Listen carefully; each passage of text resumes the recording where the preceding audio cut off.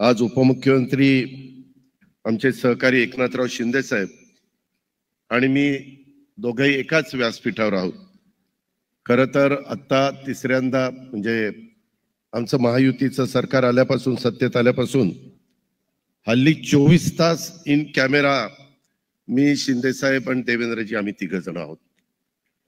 आमच्या ऑफिस बाहेर देखील कॅमेरे असतात, आमच्या बंगल्याच्या बाहेर देखील कॅमेरे त्या ठिकाणी असतात।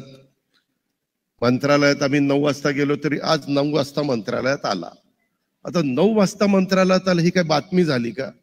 परंतु आम्ही मला ते सांगतात की 9 वाजता मंत्रालयात आला।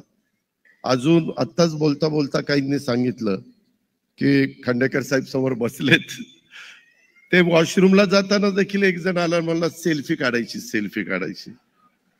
अरे जाऊन आता तो शब्द वापरत नाही, नाहीतर पुन्हा तेवढीच हेडलाईन होईल, अजित पवार असं बोलला।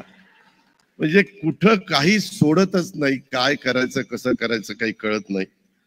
आणि टीव्हीवर बातमी हे दाखल झाले ते दाखल झाले, आम्ही एका व्यासपीठावर असलो तरी आमच्यावर क्लोज कॅमेरे असे असतात आणि आमच्या देहबोलीचा अभ्यास त्या ठिकाणी सुरू होतो त्यांचा, आणि त्यांच्या ते बघत असतात आमच्या चेहऱ्यावर हास्य आहे का। मी आल्यापासून मुद्दाम तराक्कांशी मला काही बोलायचं होतं ते बोलत होतो, त्याच्यामध्ये एकनाथराव पण मला काही सांगत होते, मी पण त्यांच्याशी बोलत होतो। परंतु हे सगळं करत असताना आम्हाला, मी तर माझ्या मनाला सांगतो, ए बाबा कार्यक्रम संपेपर्यंत आपला चेहरा प्रसन्न दिसला पाहिजे, आणि तो प्रयत्न आम्ही करतो, कारण उगीच कुठली तरी बातमी व्हायला नको। त्याच्यामुळं आमच्यात कुठलीही नाराजी नाही। आता परवाच असा का शब्द वापरला एकनाथराव शिंदे साहेबांनी, मला हलक्यात घेऊ नका। आता ते कुणाला म्हणले तेच कळायला मार्ग नाही। आता हलक्यात मशालीने घ्यायचं नाही का अजून कोणी घ्यायचं नाही, त्याच्यामध्ये गमतीचा भाग जाऊ द्या। आणि मगाशी अजित दादा म्हणाले हलक्यात घेऊ नका, ते 2.5 वर्षापूर्वीच आहे। सेल्फीची एक गंमत सांगितली मगाशी आपण, खरंच लोकांना काय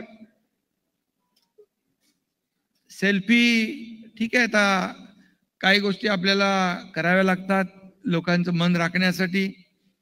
आता मी जिकडे जातो तिकडे सगळे सेल्फीचा आग्रह धरतात। आता मी सगळ्यांना सांगतो, सर्वसामान्यांचा मुख्यमंत्री होतो, मी कॉमन मॅन होतो, आता सेल्फी नाही दिला तर भाव खातो म्हणून ते सगळ्यात जास्त सेल्फी देणारा आणि सगळ्यात जास्त सया करणारा मुख्यमंत्री म्हणून माझी कारकीर्द झाली 2.5 वर्ष। शेवटी आपली जबाबदारी आहे ती पार पाडली पाहिजे। आपल्या एका सहीने कुणाचा जीव वाचत असेल, कुणाचं काम होत असेल तर आपल्याला ते केलंच पाहिजे।